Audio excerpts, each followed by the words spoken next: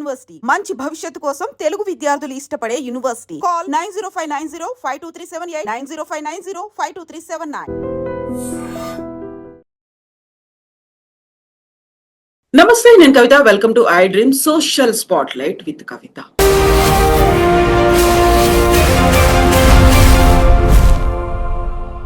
ఒక కులోన్మాద హత్య దేశవ్యాప్తంగా సంచలనం కలిగించింది. దాదాపుగా 7 ఏళ్ల తర్వాత కోర్టు తీర్పునిచ్చింది. ఒకరికి ఉరిశిక్షని, మిగతా 6గురికి యావజ్జీవ కారాగార శిక్షని విధించింది. ఇది మాత్రమే సరిపోతుందా? యాక్చువల్ గా మార్పు రావాల్సింది ఎవరిలో? ఎప్పుడు వివక్ష పోతుంది? అటు పేరెంట్స్, ఇటు పిల్లలు ఏం ఆలోచించాలి? కమ్యూనికేషన్ గ్యాప్ ని ఎలా ఫిల్ చేసుకోవాలి? ఓవరాల్ గా సమాజం ఎప్పుడు మార్పు చెందుతుంది? మాట్లాడుకుందాం. బోల్డ్ అన్ని విషయాలున్నాయి. మనతో పాటుగా ఉన్నారు ప్రముఖ హ్యూమనిస్ట్ బాబు గోగినేని గారు. బాబు గారు నమస్కారం అండి. నమస్కారం అండి. సో అమృత ప్రణయ్ ఇష్యూ దేశవ్యాప్తంగా సంచలనం కలిగించింది. ప్రతి ఒక్కరి హృదయాలని కలిచి వేసినటువంటి సంఘటన. At the same time father Maruthi Rao మాకు ఆదర్శం. ఒక ఫ్యాన్ క్లబ్లు ఏర్పడ్డాయి. మారుతీరావు అంకుల్ ఫ్యాన్ ని నేను అని చాలా గర్వంగా చెప్పుకుంటున్నారు. అంకుల్ హ్యాట్స్ ఆఫ్, అమర్ రహే మారుతీరావు. ఇలాంటి పోస్టింగ్లు అనేవి కూడా కనిపిస్తుంటాయి. 2 రకాల వరల్డ్స్ లో మనం ఉన్నామా అనిపిస్తోంది. యాక్చువల్ గా ఎందుకండి ఇలాంటి పరిస్థితి ప్రతిసారి పదే పదే మనం మాట్లాడుకునేలా చేస్తోంది? మొదటి విషయం అండి, ఈ తీర్పు వచ్చిన టైంలో హత్యకి గురైన ప్రణయ్, తన తల్లిదండ్రులు, తన అటు సైడ్ కుటుంబ సభ్యులు,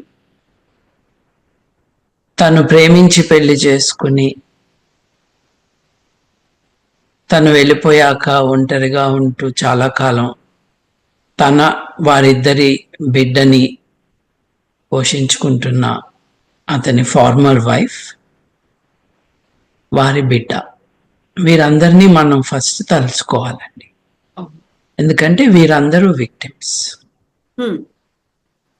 మీరు సోషల్ మీడియా పోస్ట్ గురించి ప్రస్తావిస్తూ కొంతమంది ఎలా రాస్తున్నారో చెప్పారు. ప్రణయ్ తండ్రి ఒక ఇంటర్వ్యూలో తన బాధని చెప్పుకుంటూ ఉంటే ఆ వీడియో కింద నీ కొడుకు వల్ల నీకు కాదు నష్టం జరిగింది, మారుతీరావు గారి కుటుంబానికి అని, హంతకుడిని గారు అని, బాధితుల కుటుంబాన్ని నీవు అని. ఒకసారి గమనించండి వీరు రాసే పద్ధతి.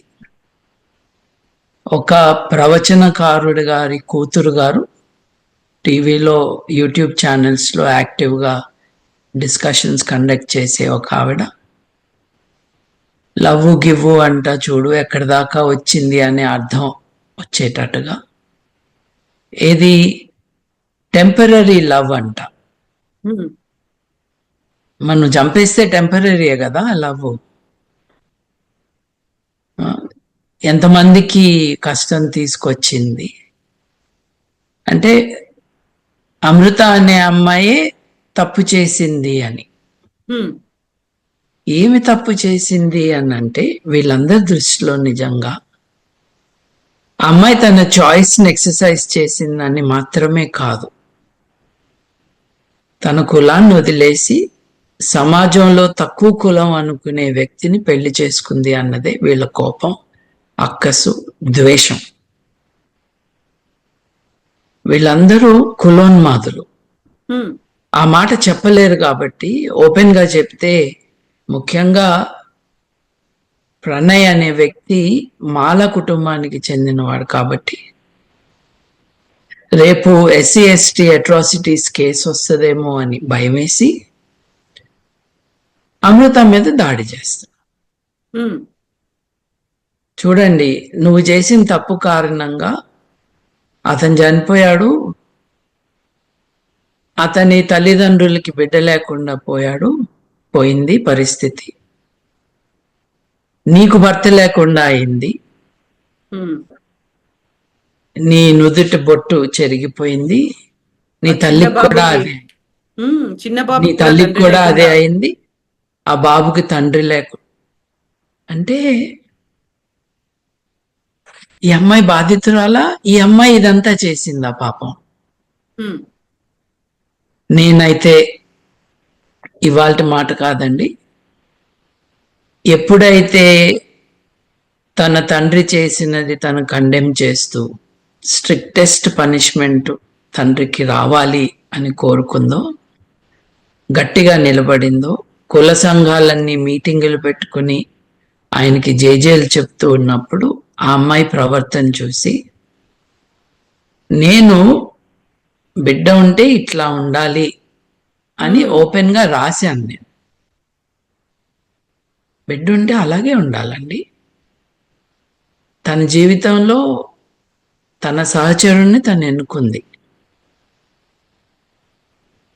అతనేమి రౌడీ కాదు, మోసకారి కాదు, తాగుబోతు కాదు. పాపం ఇద్దరు చిన్నపిల్లలే కదండి, 20లో ఉన్నారు.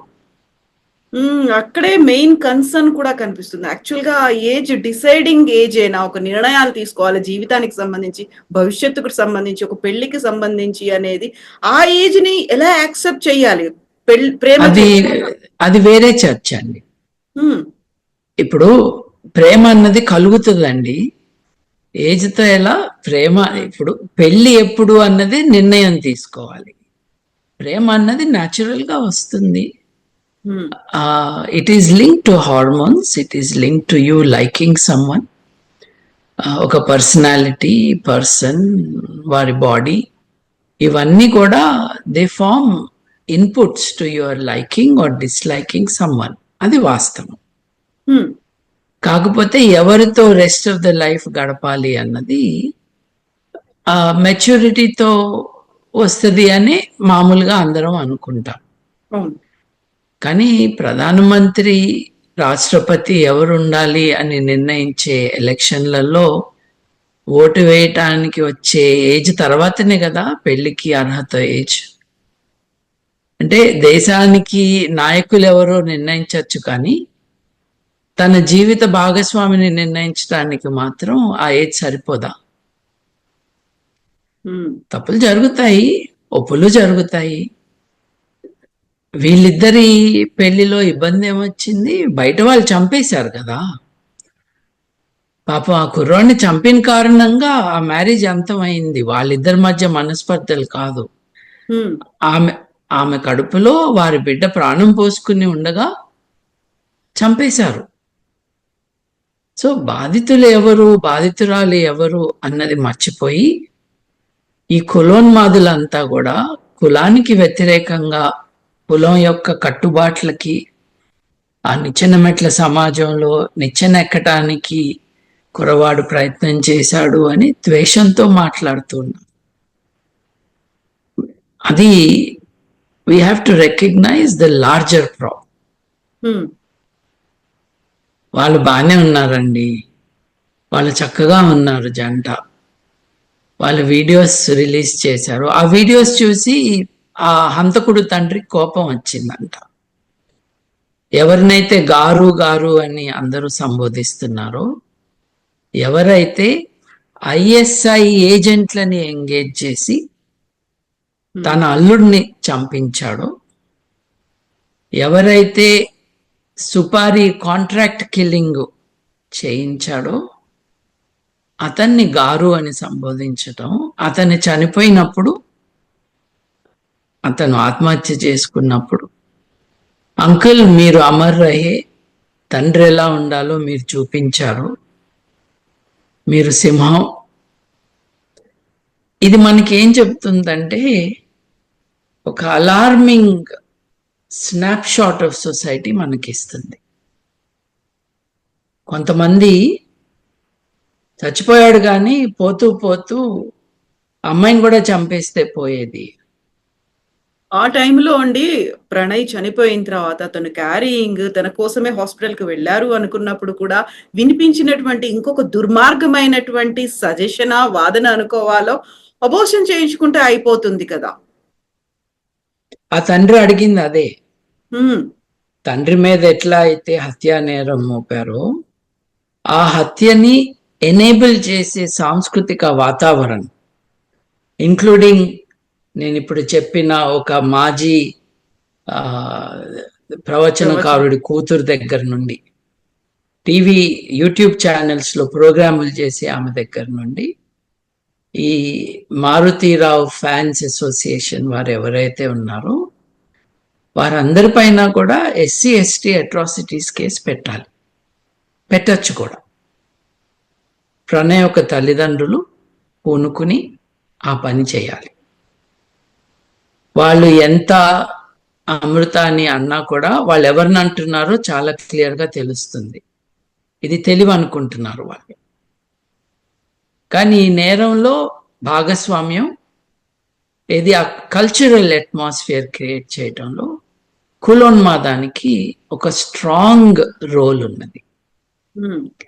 చనిపోయిన తర్వాత కూడా, హత్య తర్వాత కూడా అదే ద్వేషాన్ని రగిలించటం, ప్రమోట్ చేయటం, స్ప్రెడ్ చేయటంలో పాలు పంచుకున్న అందరూ, ఇన్క్లూడింగ్ జడ్జ్మెంట్ వచ్చిన తర్వాత ఇష్టం వచ్చినట్టు మాట్లాడిన వారందరికీ కూడా ఎస్సీ ఎస్టీ కేసులు అంటే ఏంటో అర్థమయ్యేటట్టు చేయాలండి. ఎందుకంటే హత్యని ప్రోత్సహిస్తున్న వాళ్ళు ఇంకొకళ్ళని కూడా చంపితే బాగుంటుంది కదా అనేవాళ్ళు, వాళ్ళు నేరస్తులండి. వాళ్ళు నేరస్తులు. రేపు ఎల్లుండి ఇంకొక ఇటువంటి హత్య జరిగినప్పుడు దాన్ని నార్మలైజ్ చేసి చంపటమే అసలు సమస్య లేదు అక్కడ, కానీ చంపటమే పరిష్కారం అనుకునే వాళ్ళకి తగిన బుద్ధి చెప్పకపోతే ఇది ఇంకా వైడ్ స్ప్రెడ్ అవుతుంది. మీరు క్రితంసారి నాతో మాట్లాడించినప్పుడు నేను మీకు స్టాటిస్టిక్స్ ఇచ్చాను. నిజంగా ఇది జరుగుతున్నది పాకిస్తాన్లో, మిడిల్ ఈస్టర్న్ కంట్రీస్లో చాలా ఎక్కువగా జరుగుతూ ఉంది. భారతదేశంలో జరగట్లేదని కాదు, కానీ ఎపిడమిక్ ప్రపోర్షన్స్లో లేదు. But it is a matter of time అండి. చంపటం తప్పు కాదు.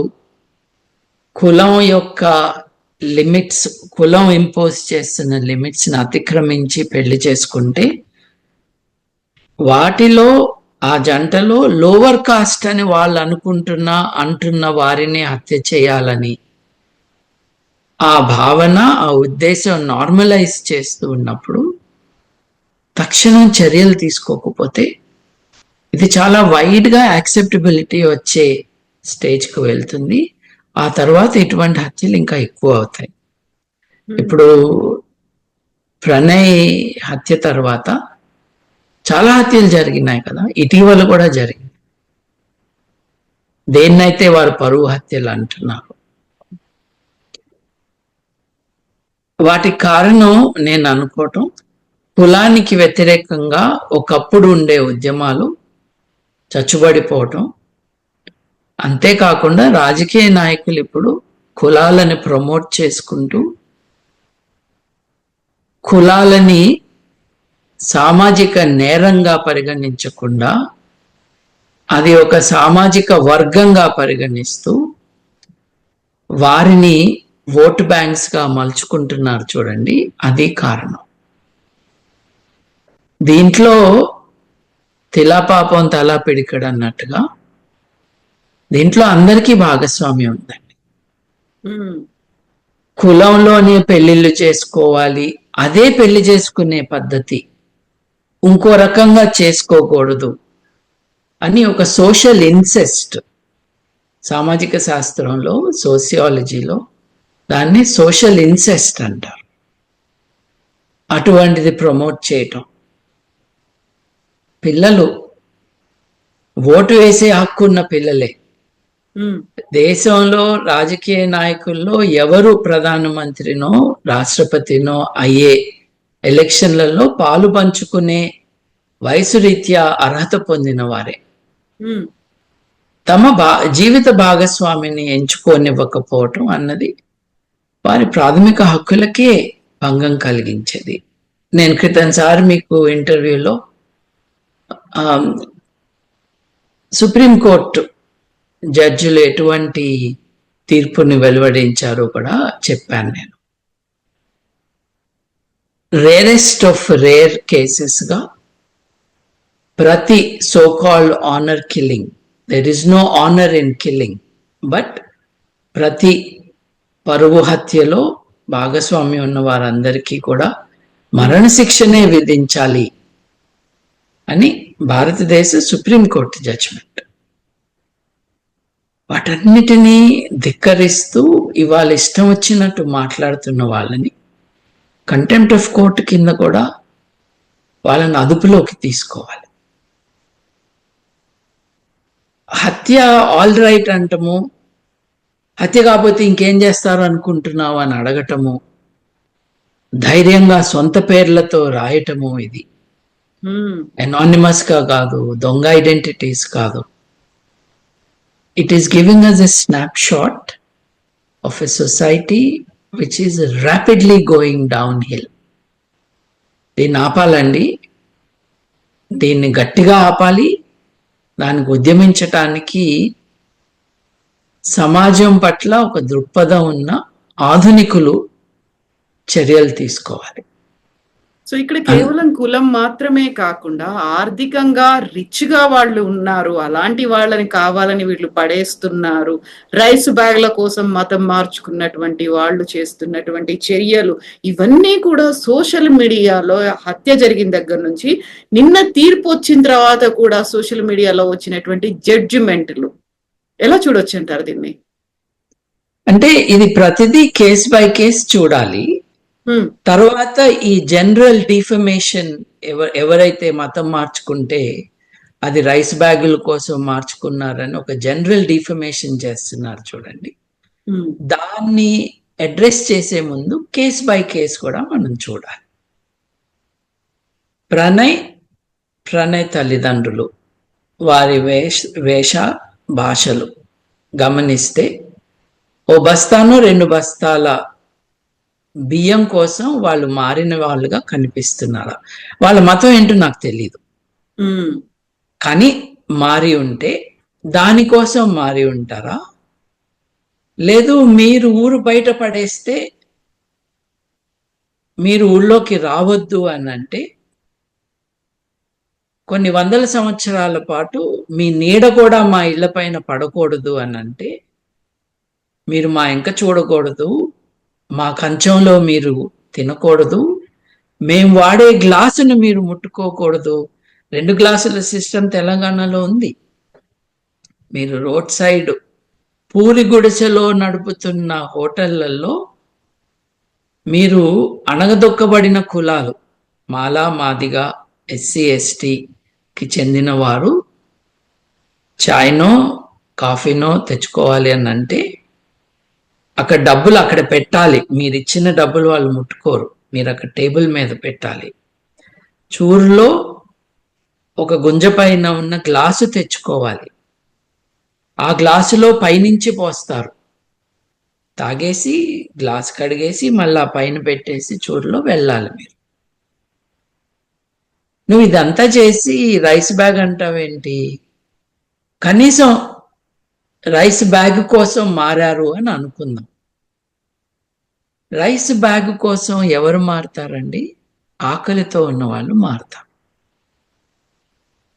రైస్ బ్యాగ్ అంటే ఏంటి? లగ్జరీ ఐటమా? రైస్ అండి, మీరు కడుపుకు అన్నం తింటుంటే మీకు తెలుస్తుంది కదా. ఆకలితో ఉన్న వాళ్ళకి తినటానికి ఏదో ఇచ్చుంటారు. ఎందుకు నువ్వు ఇవ్వలేదు? అది నువ్వు వాళ్ళకు అందుబాటులో లేకుండా ఒక సామాజిక వ్యవస్థని క్రియేట్ చేసి వాళ్ళని ఊరు బయట వెలివేసి పెట్టావు కాబట్టి. అప్పుడు అది తప్పంటే ఎలా అండి? నిజంగా అది జరిగి ఉంటే, లేదు అది జరుగుతున్న ఏ ఎగ్జాంపుల్ తీసుకున్నా వివక్షని, ఇది ఎక్స్ట్రీమ్ వివక్షని ఇంప్లిమెంట్ చేస్తూ ఊళ్ళో ఎవరితోనూ ఉండకుండా చేసి ఊరు బయటకి తరిమేసిన వాళ్ళు మతం మారితే, నువ్వు మనిషివే కాదు అని వెలివేసిన వ్యక్తి మతం మారితే నీకెందుకు బాధ కలుగుతుంది? అసలు నువ్వు నా వాడు కాదనే కదా నువ్వు వెలివేసింది. తర్వాత పంపటం ఏంటి? ఇది మొదటిది. మీరు రెండోది డబ్బు కోసం చేశారు. దేశవ్యాప్తంగా లవ్ జిహాద్ అని, లేకపోతే డబ్బు కోసం పెళ్లిళ్ళు చేసుకుంటున్నారని చెప్తున్నారండి. ఒక విషయం, భారతదేశం అంతా ఉన్న ఒక సామాజిక రుగ్మత కట్నం తీసుకోవటం కదండి. అగ్రవర్ణాలలో లేదా, అంటే అగ్రవర్ణాలని వారు అంటున్న డామినెంట్ కాస్ట్ లో కట్నం లేదా? డబ్బు కోసం కాదు, మీరు మీ మగపిల్లల్ని అప్పటిదాకా మీ పిల్లలు చూడని యువతులకి ఇచ్చి పెళ్లి చేయాలని వ్యాపార లావాదేవీలాగా కట్నం గురించి మాట్లాడుకుని పెళ్లి చేస్తున్నారే, మీరెలా అంటారండి డబ్బు కోసం చేసుకుంటున్నారు అని? రెండో విషయం, డబ్బు కోసం చేసుకుని ఉంటే ప్రణయ్ అనే ఆయన ఈ అమ్మాయిని తీసుకుని రిలేటివ్లీ పువర్ హౌస్ లో ఎందుకుంటాడు? డబ్బే ముఖ్యం అనుకుంటే ఈ పాప ఎందుకు ఇల్లు వదిలేసి వెళ్ళిపోయింది? ఆ అబ్బాయితో ఉండటానికి, ఆ అబ్బాయి తల్లిదండ్రులతో ఉండటానికి. ఇక్కడ డబ్బు ఎక్కడొచ్చిందండి? లేదు, డబ్బు లేదు. నిజానికి ప్రేమనే కనిపిస్తుంది దీంట్లో. ఒకరినొకరు సంబరంగా చూసుకుంటున్న వీడియో చూస్తే ఆ కిరాతకుడికి వీళ్ళని చంపేయాలనిపించి ఎవరు చంపుతారు అని చూసుకుని ISI ఆపరేటివ్స్ కి డబ్బులు ఇచ్చి బీహార్ నుంచి ఉత్తర భారతదేశంలో డిఫరెంట్ స్టేట్స్ నుంచి మనుషులను రప్పించి లోకల్ పొలిటికల్ యాక్టివిస్ట్ ఒకరితో కోఆర్డినేట్ చేయించి హత్య చేయించాడు. ఇవన్నీ వాస్తవాలైతే రైస్ బ్యాగ్ అని, లేకపోతే డబ్బు కోసం చేశారని అనటం ప్రణయ్ గురించి, అమ్మాయి అమృత గురించి ఏమి చెప్పట్లేదు. ఇలా మాట్లాడుతున్న వాళ్ళు మనుషులు కాదు అని చెప్తుంది మనకి. ఎందుకంటే వీళ్ళ మనసులో కరడు కట్టుకుపోయిన ప్రెజుడిస్, ప్రివిలేజ్, ఈ కట్టుబాట్లు అంటాము. It's worse than that. కులం యొక్క కట్టుబాట్లని ఎవరో బ్రేక్ చేశారన్న కోపం. ఎందుకంటే వీళ్ళకి మనుషుల కంటే కులం ఎక్కువ కావాలండి.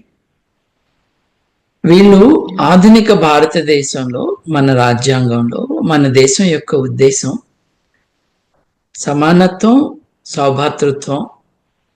ఆ భాషలో ఆడవాళ్ళ ఇంక్లూజన్ లేదు, కానీ హ్యూమన్ సాలిడారిటీ ఉండేటట్టుగా, అందరికీ న్యాయం చేకూరేటట్టుగా ఉండే దేశం మనం నిర్మించుకుంటాము. అదే మన దేశం యొక్క ఉద్దేశం అని రాజ్యాంగంలో రాసుకున్నాం. వీళ్ళు మిస్ఫిట్స్ కదండి. ఇట్లా మాట్లాడుతూ ఇట్లా ఆలోచిస్తున్న వారు, వారికి ఎడ్యుకేషన్ ఇవ్వాలి. ఏంటంటే తరతరాలుగా వస్తూ చిన్నప్పుడు, ఇప్పుడు మనం క్రితంసారి మాట్లాడుకున్నప్పుడు నానమ్మ సంతోషం కోసం హత్య చేసిన మనవాళ్ళ గురించి మనం చూసాం. సొంత అక్క భర్తని. రైట్. అంటే దాని అర్థం ఏంటి? చిన్నప్పటి నుండి తాతలు, అమ్మమ్మలు, నానమ్మల దగ్గర లేదు తల్లిదండ్రుల దగ్గర ఇటువంటి నేర్చుకుంటున్నాం. స్కూల్లో కొంచెం కౌంటర్ బ్యాలెన్స్ అవుతుంది. స్కూల్స్ ఐడియల్ కాకపోయినా ఆ వివక్ష ఆ లెవెల్లో స్కూల్స్లో ఉండదు. ఒకరినొకరు కలవటం, ఒకరితో ఒకరు మాట్లాడుకోవటం జరుగుతుంది కదా. అందుకే యూనిఫామ్ సిస్టమ్ అనేది కూడా వచ్చిన తర్వాత కరెక్ట్. హెచ్చు తగ్గులు లేకుండా, ఎక్కువ తక్కువ అనేది లేకుండా. మా తాతగారండి లాయర్. ఆయన మద్రాస్ హైకోర్టు గుంటూరులో ప్రాక్టీస్ చేసేవారు. ఆయన కొలీగ్స్ భారతదేశ స్వాతంత్రానికి ముందు స్కూల్ పెట్టి స్కూల్లో అన్ని కులాల వారిని ఒకే బెంచ్ మీద కూర్చోబెట్టారు. ఈ రోజు కూడా చాలా గ్రామాల్లో జరగట్లేదండి. నేను 1930s, 40s గురించి చెప్తున్నా. అంటే ఒక 100 years ఎఫర్ట్ చేస్తే కూడా ఇంకా ఇబ్బందులు ఉంటాయి. కానీ వారు చేసిన ప్రయత్నం వారి జీవిత కాలంలో వారు రీజనబుల్ సక్సెస్ చూశారు. ఎంతో మంది ఆయన పేరు వాళ్ళ బిడ్డలకు పెట్టుకున్నారు. బికాజ్ మా నాన్నగారు ఆయన పేరు నాకు పెట్టినట్టుగా.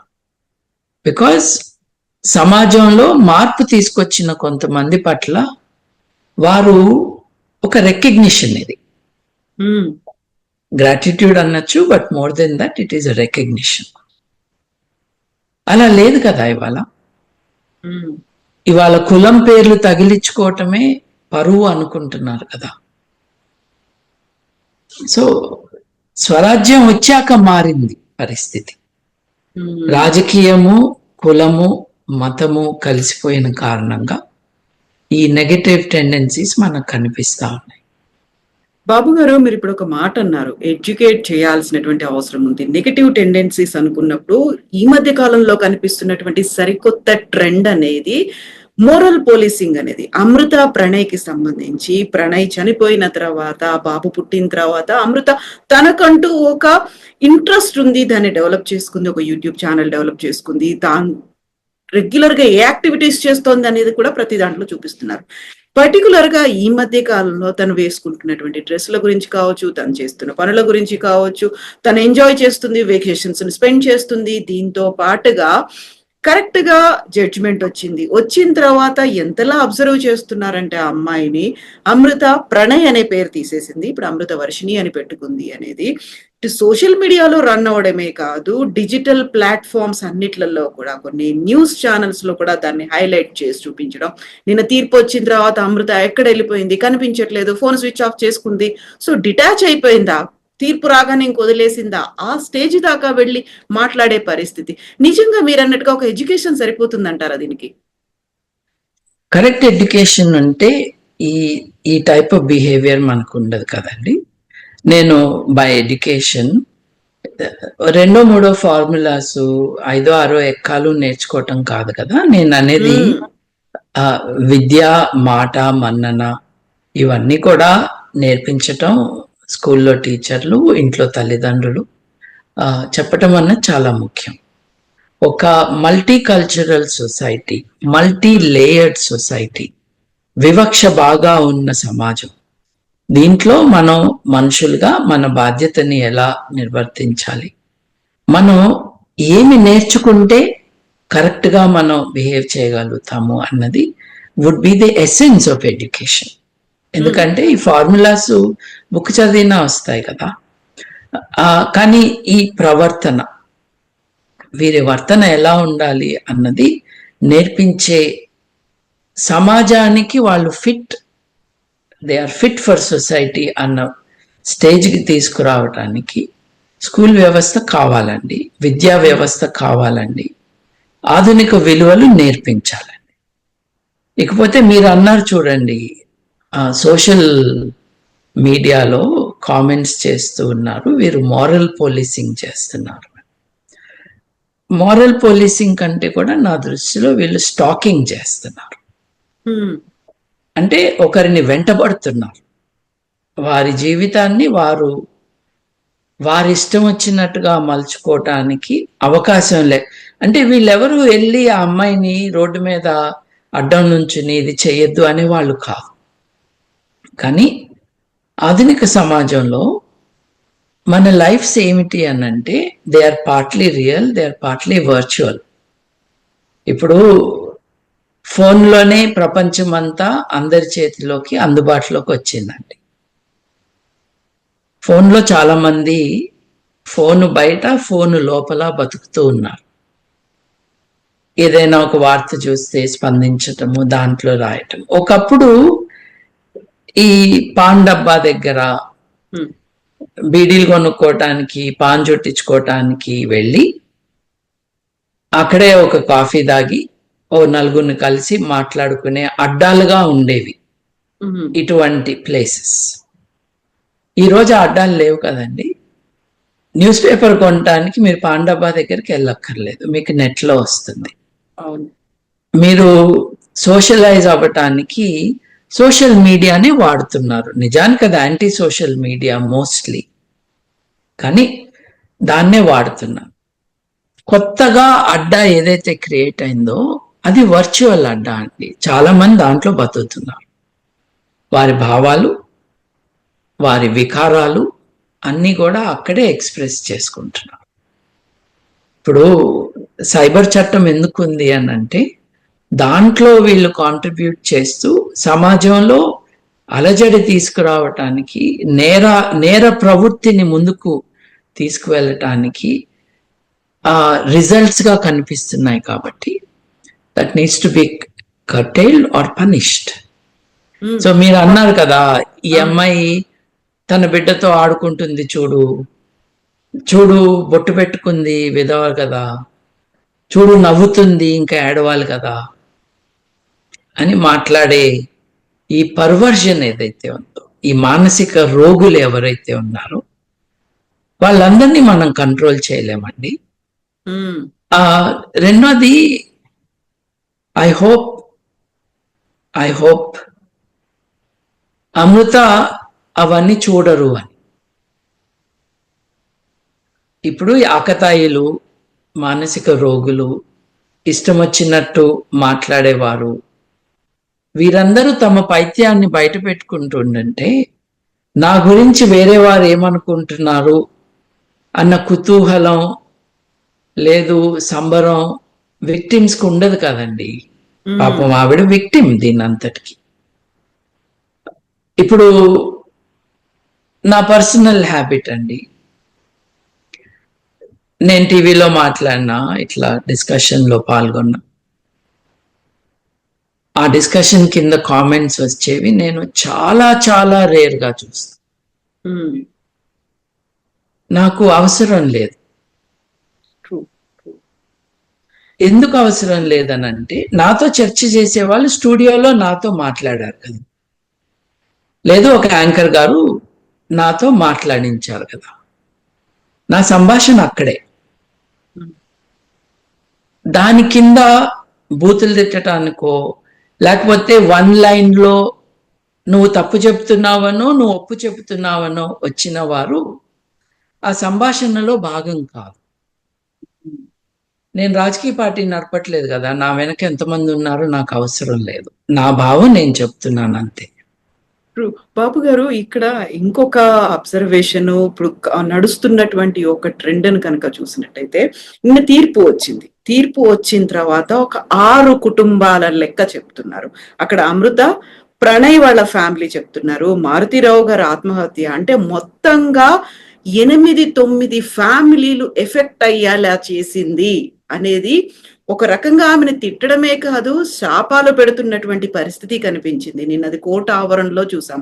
At the same time Maruthi Rao పెంపకానికి సంబంధించో, లేకుంటే మారుతీరావుని ఒక తండ్రిగా ఆయన సరైన నిర్ణయమే తీసుకున్నాడు అనేటువంటి వాదనలు, ఈ 2 రకాల యాంగిల్స్ ని ఎలా చూడొచ్చు అంటారు?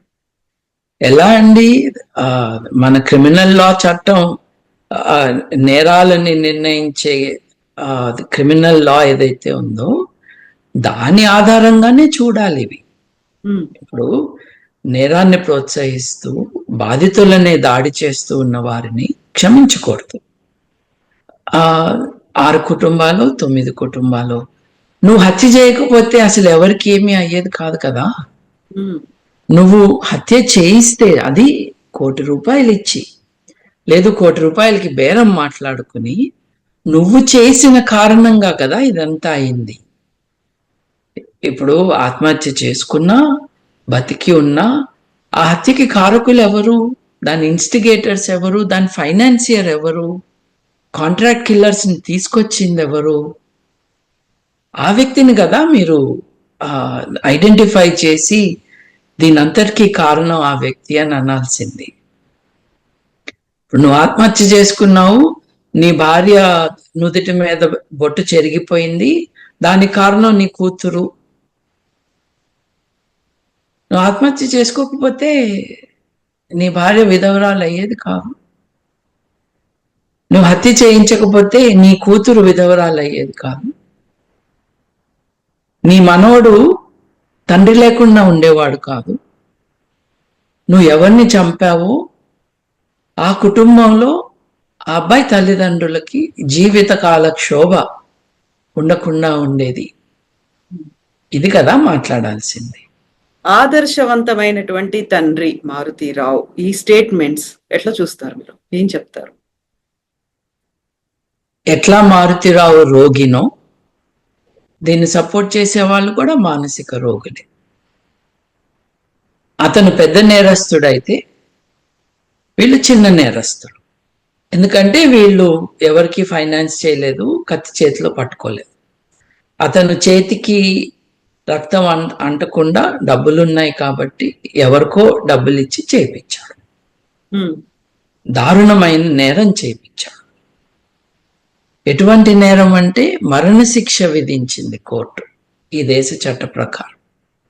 అంతటి నేరం చేశాడు. అతన్ని గొప్పవాడు అని అంటే ఒక టెర్రరిస్ట్ని గొప్పవాడని గుడి కడతాను అంటే ఎట్లా ఉంటుందో, కాశ్మీర్లో హత్యలు చేస్తున్న వాళ్ళకి సపోర్టుగా ర్యాలీలు తీస్తున్నప్పుడు వారిపైన ఎటువంటి చర్యలు తీసుకుంటా ఉంటుందో భారతదేశ ప్రభుత్వం, అలాగే వీళ్ళపైన కూడా తీసుకోవాలి. పిల్ల ప్రేమ కథ అనుకున్నప్పుడు అమృత ప్రణయ్లది, అక్కడ తండ్రి ప్రేమను కూడా చూడాల్సినటువంటి అవసరం ఉంది కదా. చిన్నప్పటి నుంచి పెంచారు, పెద్ద చేశారు, వాళ్ళకి కావలసినవన్నీ చేశారు, వాళ్ళ మీదే ఆశలు పెట్టుకున్నారు, భవిష్యత్ అంతా వాళ్లే అనుకున్నారు. ఆ టైంలో అక్కడ పెంచినటువంటి తల్లిదండ్రుల్లో లేకుంటే ఆ కుటుంబానో కాదని ఇంకొకరి దగ్గరికి వెళ్తున్నారు. తండ్రి ప్రేమను ఎందుకు అర్థం చేసుకోలేకపోతున్నారు? ఆయన పడ్డ మానసిక ఆవేదన ఉంటుంది, ఒక సంఘర్షణ అనేది ఉంటుంది, దాన్ని ఎందుకు పట్టించుకోవట్లేదు అనే ప్రశ్న వస్తుందండి. అంటే ప్రేమ అంటే ఏంటో అర్థం కానప్పుడు ఇటువంటివన్నీ వస్తూ ఉంటాయి. మన బిడ్డలు మన ఆస్తిగా, మన బిడ్డలు మన కేర్లో ఉన్న చిన్నప్పుడు లిటిల్ హ్యూమన్ బీయింగ్స్.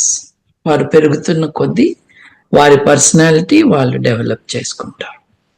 ఆ పర్సనాలిటీని షేప్ చేయటమే తల్లిదండ్రులుగా మన బాధ్యత. వారికి మంచి చెడు విచక్షణ నేర్పించడం, నిజం అబద్ధం ఎలా తేల్చుకోవాలో చెప్పటం. ఇప్పుడు స్కూల్లో పద్యాలు నోటుకొచ్చేటట్టు నేర్పించటాలు, ఫార్ములాస్ నేర్పించటాలు, పొద్దున్న 4 నిద్ర లేపి స్పోర్ట్స్ కూడా లేకుండా రాత్రి 10 వరకు పాఠాలు చెప్పించి ఐఐటిలోకి పంపించటాలు పేరెంటింగ్లో భాగం కాదు. పేరెంటింగ్లో భాగం పిల్లలకి మంచి విలువలు వచ్చేటట్టుగా చేయటం. ఆ పాప ఏం చేసిందండి? ఆ పాప ఎవరినో ప్రేమించిందండి. ప్రేమ అన్నది చెడ్డది కాదు కదా. ఓకే, ఆ పార్ట్నర్ కరెక్ట్ కాదు, ఇంకో పార్ట్నర్ కరెక్ట్ అని తల్లిదండ్రులు భావించవచ్చు. భావించటంలో తప్పులేదు. ఎందుకంటే పిల్లల్ని స్కూల్కి పంపిస్తారు, రోజు పిల్లలతో సంభాషించి వాళ్ళ ఎక్స్పీరియన్సెస్ ఏంటి, ఎలా ఉంటే బాగుంటుంది, ఎలా ఉండకపోవటం కరెక్ట్, వారి చాయిసెస్ ఏంటి అని తల్లిదండ్రులు are a part of that choice and decision making. 10వ తరగతికి ముందే తమ కూతురు ఎవరినో లవ్ చేస్తున్నాను అంటే obviously it is under age love. దానికి అర్థం హత్య కాదు చేయాల్సింది. దానికి అర్థం you talk to the person, you educate the person, you educate the other person. మీకు ఒకటి చెప్తాను, గాంధీ గారు వైశ్యుడు. ఆయన కులాన్ని వదిలేశారు కానీ వర్ణం కరెక్టే అని చెప్పారు ఆయన. గాంధీ గారు ఆశ్రమంలో, మళ్ళీ గుర్తు చేస్తున్నాను, మారుతీరావు లాగానే ఆయన కూడా వైశ్య కుటుంబంలో పెరిగారు. ఆయన తండ్రి చాలా ధనవంతుడు, పోర్బందర్ రాజ్యానికి ఆయన ప్రధానమంత్రి. గాంధీ గారి ఆశ్రమంలో గాంధీ గారి అబ్బాయి, అదే ఆశ్రమంలో బ్రాహ్మణుడైన భారతదేశానికి ప్రప్రథమ ఆఖరి భారతీయ గవర్నర్ జనరల్ అయిన రాజగోపాలాచారి కూతురు. ఇద్దరు ఒకరినొకరు అక్కడ చూసుకున్నారు. దేవదాస్ గాంధీ, గాంధీ గారు అబ్బాయి పేరు. వీరిద్దరూ మాకు ప్రేమ కలిగింది, మేము పెళ్లి చేసుకుంటాము అన్నారు. గాంధీ గారు చట్ మన కులం వేరు వాళ్ళ కులం వేరు అని అనలేదు, రాజగోపాలాచారి అనలేదు. గాంధీ గారు ఏమన్నారంటే మీది ఇన్ఫాచ్యుయేషన్ అయి ఉండొచ్చు, ఒక 5 ఏళ్ళు ఆగండి అన్నారు. వాళ్ళు నిజంగా 5 ఏళ్ళు ఆగి తల్లిదండ్రుల అంటే రాజగోపాలాచారి భార్య ఎప్పుడో చనిపోయింది, తండ్రి గాంధీ గారి ఆశీస్సులు, రాజాజీ గాంధీ గారి ఆశీస్సులతోనే వాళ్ళు పెళ్లి చేసుకున్నారు. దెర్ ఈస్ అన్ ఇన్పుట్, తప్పకుండా తల్లిదండ్రులకి ఇన్పుట్ ఉండాలి ఈ చాయిసెస్ లో. అది ఇంపోజిషన్ కాదు, తామే నేరస్తులుగా మారే రోల్ తీసుకోకూడదు. ఓకే, కోపం వచ్చింది, నువ్వు మా మాట వినట్లేదు, దీని కారణంగా నువ్వే జీవితంలో ముందు ముందు కష్టాలకి లోనవుతావు, అది మాకు ఇష్టం లేదు కాబట్టి నీ కోసం మేము వద్దంటున్నాము, మా కోసం వద్దనట్లేదు, నీ కోసం వద్దంటున్నాం, నీ ఫ్యూచర్ పాడవుతుందని అంటున్నాం. చూడు, నువ్వు చదువుకున్నావు, ఆ వ్యక్తి చదువుకోలేదు, నువ్వు రేపు ఉద్యోగానికి వెళ్తావు, ఆ వ్యక్తికి ఉద్యోగం ఉండదు, మీ ఇద్దరి మధ్యన ఈ గ్యాప్ ఏదైతే ఉందో అది చాలా కష్టం అవుతుంది. ఎందుకంటే ఫ్రెండ్స్ గా ఉండటం వేరు, marriage and establishing a family and having children is a different. ఇప్పుడు ఇద్దరు మిత్రులు విడిపోతే there will be emotional hurt. పెళ్ళప్పుడు, పెళ్లి తర్వాత ఆస్తుల విభజన జరగాలి, పిల్లల బాగోగుల విషయంలో ఎవరి బాధ్యత ఏంటో తెలుసుకోవాలి. అంటే మ్యారేజ్ అన్న ఇన్స్టిట్యూషన్లోకి మీరు ఎంటర్ అవుతున్నప్పుడు not only love but other things also come in. ఈ అదర్ థింగ్స్ అన్నవి ఒక్కొక్కసారి లవ్ ని డ్యామేజ్ కూడా చేస్తాయి. కాబట్టి మనం జాగ్రత్తగా ఆలోచించుకుందామమ్మా, ఇద్దరం కలిసి మాట్లాడుకుందాం.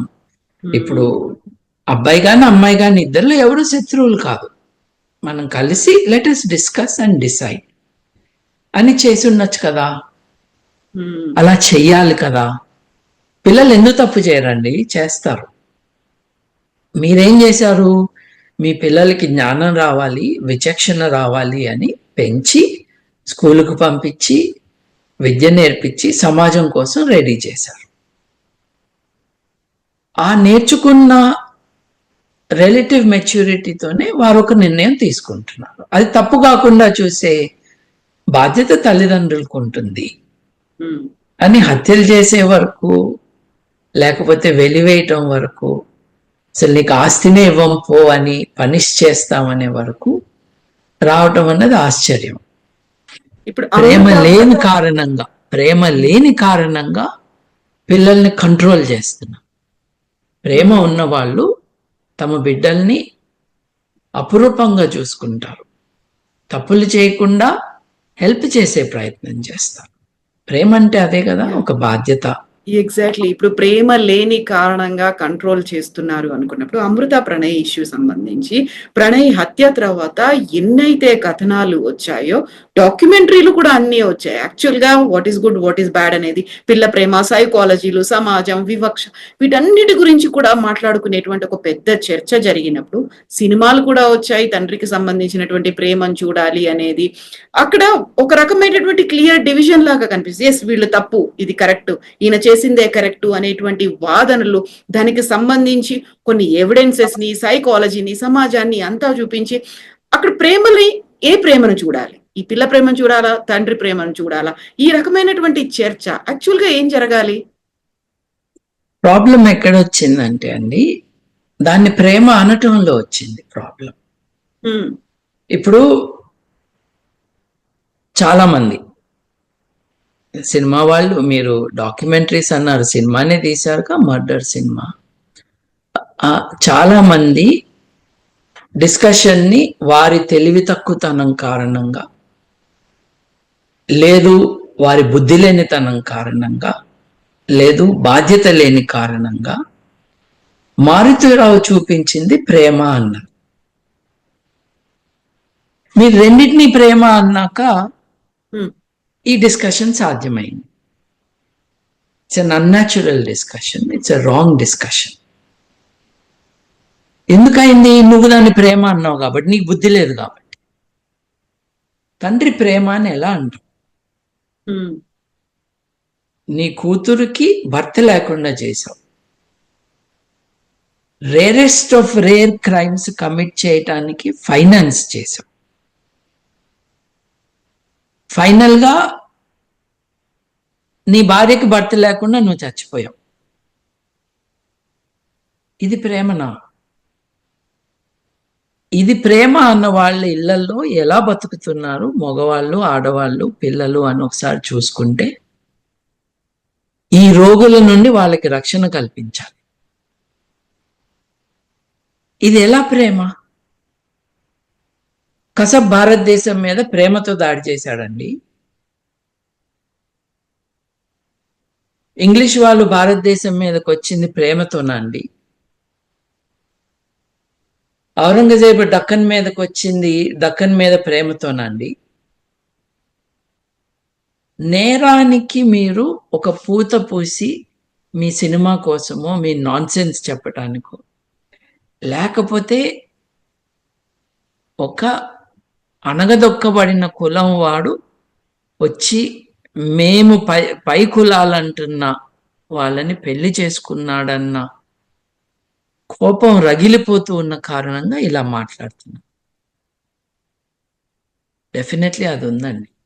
ఇది కుల హత్య, కుల అహంకార హత్య. అది కనపడకుండా చేయటానికి ఇవన్నీ మాట్లాడారు. చూడండి, కోవిడ్ టైంలో చిలిపిగా ఇదొక వ్యాక్సిన్ డిస్కషన్ అని, ఆడెవడో కెమికల్ ఇంజనీర్ అని,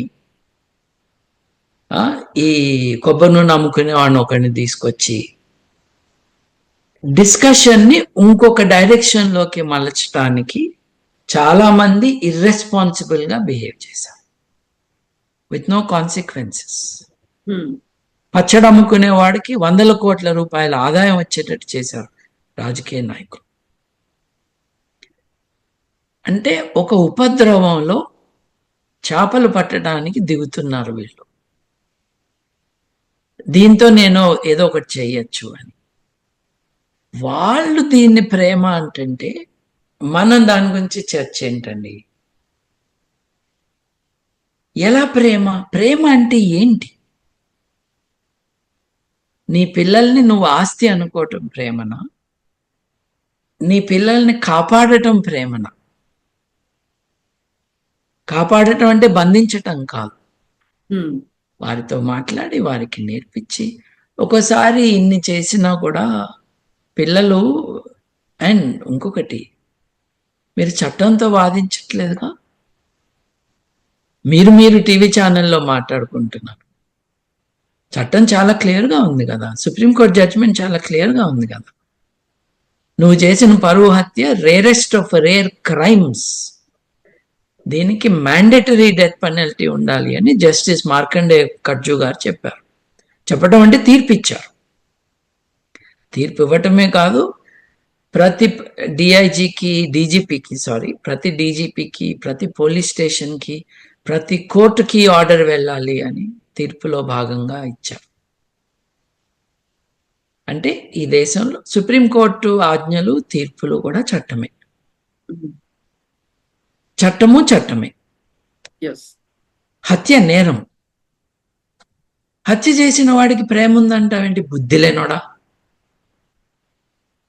అవన్నీ కూడా మోసుకెళ్తూ సినిమాల కోసం వాడుకునేవారు ఒక సామాజిక నేరంలో భాగస్తులు.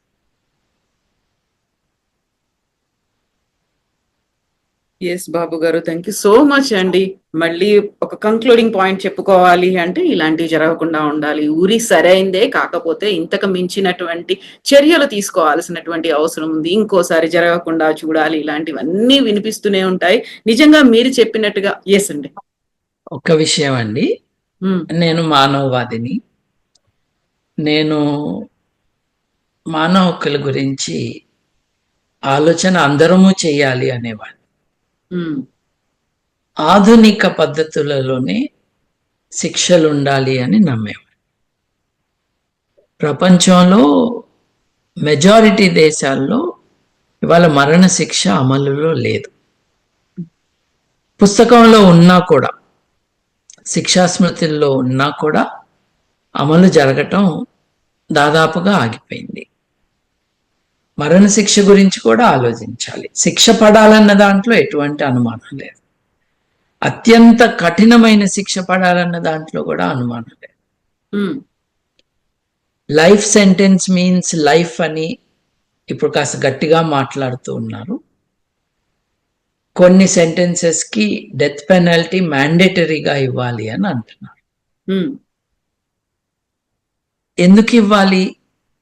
అది రివెంజ్ కోసమా, సంస్కరణ కోసమా, సమాజంలో బాధితుల్ని రక్షించటం కోసమా, వారికి న్యాయం చేయటం కోసమా, ముందు ముందు ఇటువంటి నేరాలు జరగకుండా ఉండటానికి విధిస్తున్న శిక్షల అన్న విషయంలో మళ్ళీ ఒక మోడర్న్ డిస్కషన్, డిబేటు ఉండటం అవసరమని భావించే వాళ్ళల్లో నేను ఒక. డెఫినెట్ గా అండి. ఎందుకంటే ఇప్పుడు నిన్న ఉరి శిక్ష విధించిన తర్వాత చాలా మంది ఉరి సరైందే, జరగాల్సిందే, ఇంకా ఏంటి బహిరంగంగా ఉరి తీయండి, అందరూ చూసేలా ఉరి తీయండి, సో దట్ అందరికి బుద్ధి వస్తుంది, ఇలాంటి తప్పులు మళ్ళీ జరగకుండా ఉంటాయి అనేటువంటి వాదన కూడా వినిపించింది. కాబట్టి ఇట్లా మాట్లాడే వాళ్ళు ఆదివారం కోడి తీసుకొచ్చి మెడ కొయ్యమంటే కొయ్యరండి. వీళ్ళు మళ్ళీ షాపుకి వెళ్ళి తెచ్చుకుంటారు కోడిని. నోటికొచ్చింది మాట్లాడే ఉన్మాదం, అనాలోచితంగా మాట్లాడే జనాలు ఎక్కువైపోతున్నారు. బహిరంగంగా ఉరి తీయటాలు, రాళ్ళు పెట్టి కొట్టటాలు ఇట్లాంటివి మధ్యప్రాచ్య దేశాల్లో, సౌదీ అరేబియాలో కానీ, యెమెన్లో కానీ, ఇరాన్లో కానీ జరుగుతూనే ఉన్నాయిగా. క్రికెట్ మ్యాచ్లు చూసి తరించే మీకు బహిరంగంగా ఒక మనిషిని చంపుతుంటే చూసేటటువంటి హృదయం, మనసు, ధైర్యం ఉంటుందండి. నోటికొచ్చిన మాటలు అనాలోచితంగా మాట్లాడటం. బహిరంగంగా పెడితే టికెట్ కొనుక్కుని వస్తావా? బుద్ధి లేనోడా. శిక్ష పడాలి అంటాం వరకు కరెక్ట్. ఎటువంటి శిక్ష అన్నది మానసిక శాస్త్రవేత్తలు, న్యాయ కోవిదులు, పోలీసు వ్యవస్థ వీరందరూ కలిసి విద్యా వ్యవస్థలో ఏది ఎడ్యుకేటింగ్ ద పీపుల్ యాక్టివిటీస్లో ఉన్నవారు వీరందరినీ ఇన్వాల్వ్ చేసి కరెక్ట్ శిక్ష ఏంటి అన్నది నిర్ణయించుకోవాలి. మన దేశంలో ఆల్రెడీ నిర్ణయం అయింది. నేను అనేది ఏంటంటే దాన్ని కూడా ఆలోచించుకోవచ్చు. ఎందుకంటే నేనేమంటున్నాను, ఇట్లా మాట్లాడే వాళ్ళందరూ కూడా నేరస్తులే అంటున్నాను. వాళ్ళని ఉరిదీయమంటలేదు నేను. వాళ్ళకి బుద్ధి చెప్పాలి అంట. ఎందుకంటే శిక్షలు సమాజాన్ని సేఫర్గా ఉండేటట్టుగా, బెటర్గా ఉండేటట్టుగా మార్చడానికి ఉపయోగించుకోవాలి, ప్రతీకారానికి కాదు. అందుకనే మధ్యప్రాచ్య దేశాల్లో బాధితుల కుటుంబాలు బ్లడ్ మనీ అని తీసుకుని, డబ్బు తీసుకుని వదిలేయమంట. మన దేశంలో కామన్ లాలో అది జరగదు. ఎందుకంటే నేరం రాజ్యానికి వ్యతిరేకంగా జరుగుతుంది. బాధితులు నిర్ణయించరు ఎటువంటి శిక్ష ఉండాలి అని. అంటే డీపర్సనలైజ్ చేసి న్యాయం అందరికీ జరగాలి. తప్పు చేసిన వాళ్ళకి న్యాయం జరగాలి, తప్పకుండా జరగాలి. ఆ న్యాయం శిక్ష రూపంలో జరగాలి. బాధితులకి they need to be supported, compensated. And in this case, పోలీసులని ఇష్టం వచ్చినట్టు పోలీసులను అందరూ తిడుతూ ఉంటారు కదండి. ఎంత బాగా ఇన్వెస్టిగేట్ చేశారండి రంగనాథ్ గారు అండ్ టీం. వారి ఇన్వెస్టిగేటింగ్ ఆఫీసర్, అయ్యో వారి పేరు మర్చిపోయాను నేను, వారు మిర్యాలగూడలో 200 పేజీల ఛార్జ్ షీటు, 100 మంది సాక్షుల్లో 70 మందికి పైగా విచారణకు వచ్చేటట్టు చేసి టెక్నికల్ ఎవిడెన్స్ ఇచ్చి ఒక modern way of presenting so many facts and evidences that the judge could make a decision. ఇది పోలీసు వ్యవస్థని మనం మెచ్చుకోవాలి.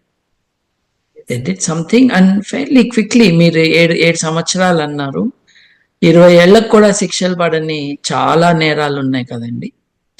దీంట్లో కరెక్ట్ గానే చేశారని నేను అనుకుంటున్నాను from what I know. Hopefully this brings a closer to the extent it is possible for Pranay గారి కుటుంబానికి, అమృత గారి కుటుంబానికి, వారి బిడ్డకి. తన తండ్రిని చంపిన వాడికి శిక్ష పడింది అని ఆ బిడ్డ పెద్దయినాక తెలుసుకోవాలి. తనకు తండ్రిని లేకుండా చేసిన వారు ఎవరో ఆ బిడ్డ తెలుసుకోవాలి. ఇప్పుడు ఆ ప్రవచనకార కూతురు అని చెప్పాను చూడండి, ఆమె తప్పంతా అమృత చేసిందని చెప్పారు. అట్లాంటి వాళ్ళ మీద కనీసం విమెన్స్ కమిషన్లో కేసు పెట్టాలి. ఎందుకంటే ఇంత దారుణమైన నేరం జరిగినప్పుడు మనిషిగా స్పందించకుండా, మరణశిక్ష పడిన వాడి కులం ఏంటి, వాడి పేరులో ఏం కులం తోకుంది, నా కులం ఏంటి, వాడికి పడితే తప్పు కదా, నా కులం వాడు కదా అని ఆలోచించే వాళ్ళు కూడా మనకు కనిపిస్తున్నారు. అంత దిగజారిపోయింది మన సమాజం, మానవ విలువలకి అంత దూరంగా ఉంది. ఒక్కసారి అందరూ మేల్కోవాలి. Because we don't want to become like Iran, Iraq, Saudi Arabia, where justice is not as civilized as it is in our country. Yes. ప్రజల సహకారంతో మనం ఆ దేశాల్లాగా మారిపోయే ప్రమాదం ఉంది. So that is my input in to this question. Yes, Babu garu, thank you so much andi. We'll talk more on other issues andi. Thank you so much. Thank you.